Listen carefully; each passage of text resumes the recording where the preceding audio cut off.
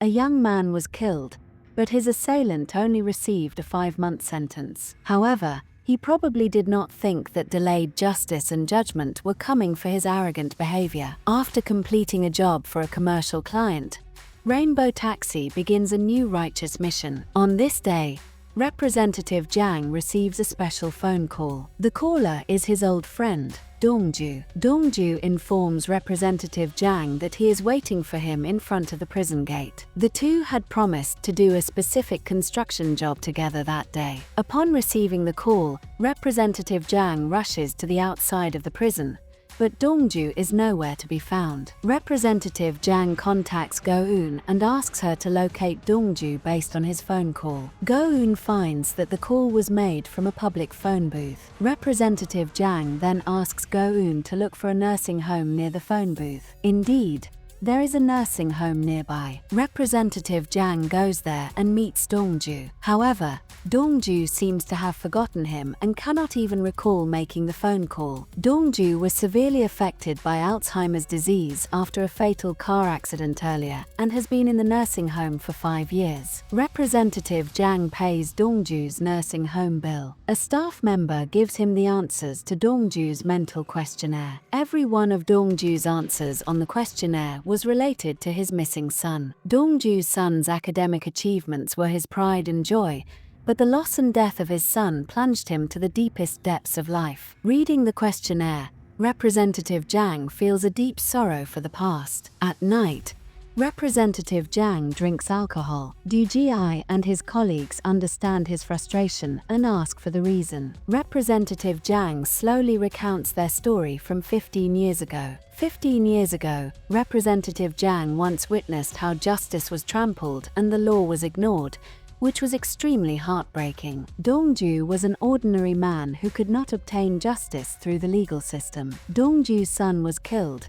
but the attacker was sentenced to only 5 months. Faced with the court's verdict, Dongju was devastated and angry, yet helpless. Filled with rage and grief, Dongju wrote a letter and contemplated suicide by jumping off a bridge. At that time, Representative Jang saw his struggle and pain. Representative Jang advised Dongju not to do anything foolish. He stated that even if Dongju died, the investigation into his son's case would not be reopened. Those high-ranking judges and prosecutors would not regain their conscience because of his death. With a determined look, Representative Jang reasoned with him. Under Representative Jang's insistence, Dongju gave up his negative thoughts and resolved, along with Representative Jang, to fight to get the justice his son deserved. In the following days, Representative Jang and Dongju met once a week to discuss the information regarding Dongju's son's case. Later, they went to the boys' school in search of witnesses,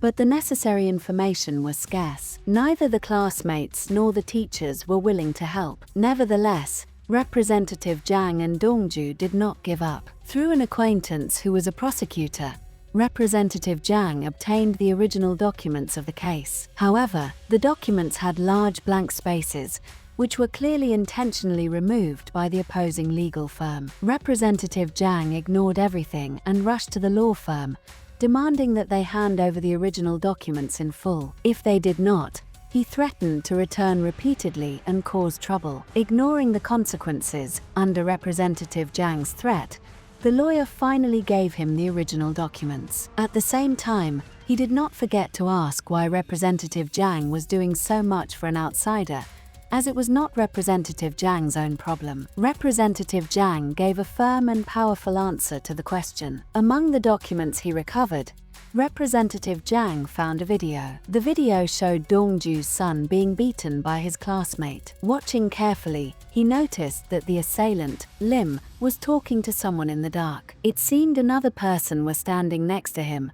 but that person was obscured by a shelf, so their face was not visible. Based on this, Dongju came to the detention center and asked Lim who he was talking to, but Lim avoided his gaze and did not answer. Representative Jang speculated that Lim must be avoiding the question due to guilt. This further confirmed his suspicion about the case. That day, Representative Jang curiously asked Dongju about something. In fact, Dongju's son was still missing at the time, and his death had not been confirmed. However, in court, Dongju firmly stated that his son was killed. Dongju replied that it was his sixth sense as a father. Based on the spiritual connection between father and son, Dongju was certain that his son had died. On that very day, Representative Jiang jokingly suggested to Dongju that 5 months later, when Lim would be released from prison, they would wait at the prison gate, grab the man when he came out, hold him, and demand the truth. Dongju agreed,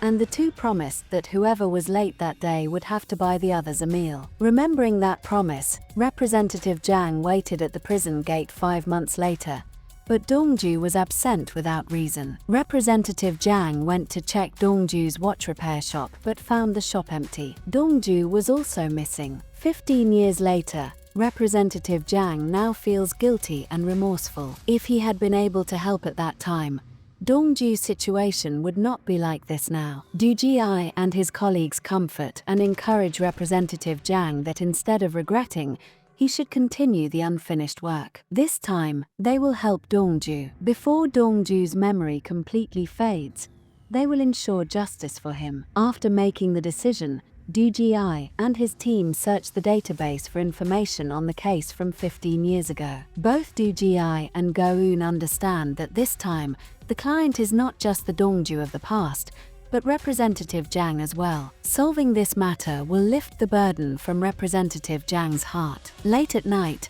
Representative Jiang goes to the nursing home to see Dongju, but sees Dongju nearly get hit by a car while crossing the road. The staff informs Representative Jiang that Dongju's mental condition and memory are rapidly deteriorating. Currently, his period of lucidity is less than half an hour per week. Time is short.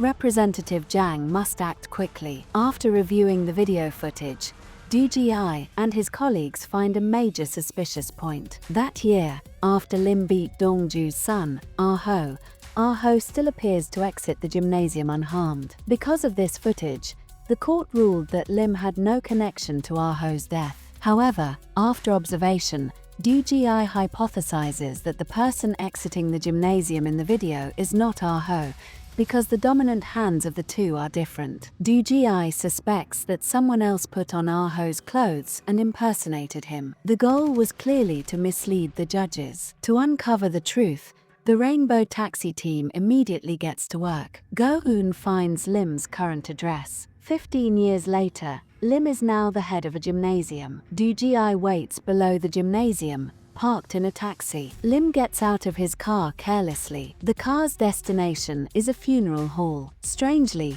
Lim arrives at the funeral hall with a bag full of cash. Du Ji follows him and sees that the funeral hall is heavily guarded. The men did not look like they were guarding a corpse. Rather, they were guarding something else. Using the latest car antenna invented by Kyung Mo and the Mong Ji-yu-haired man, Du Ji successfully sees the interior of the funeral hall. Indeed, no one has died there. Instead, it is a bustling gambling den. Go-eun investigates Lim's financial status and finds that an apartment was registered in his name after Lim was released from prison 15 years ago. They analyze and speculate that this apartment was probably a gift Lim received for concealing the truth of Ah-ho's case. Du Ji quickly comes up with a good idea. He wants to use a false pretense to break down Lim's psychological defense. After leaving the funeral hall, Lim sees a greeting message in his car from his old friend. Upon returning to the gymnasium, an employee informs him that a friend named Ah-ho called him, and a greeting letter from Ah-ho has also been attached to the bill file. This series of shocks unsettles Lim. Checking the CCTV footage, it shows that a mysterious person wearing a hood did indeed come to the gymnasium. In a panic, Lim drives to a university and meets with the volleyball coach there. He asks him if he really buried Ah-ho. The coach in front of him is not rattled by Lim's question at all, but rather gives Lim advice with arrogance. Seeing this scene, Du Ji confirms that this coach is the mysterious person who spoke to Lim in the dark 15 years ago. Fortunately, Dongju suddenly regains his consciousness tonight and recognizes Representative Jiang. Representative Jiang promises him that he will do his utmost to fulfill the help he was unable to give 15 years ago. The episode ends here. For the next episode, please like the video, comment, and subscribe to the channel.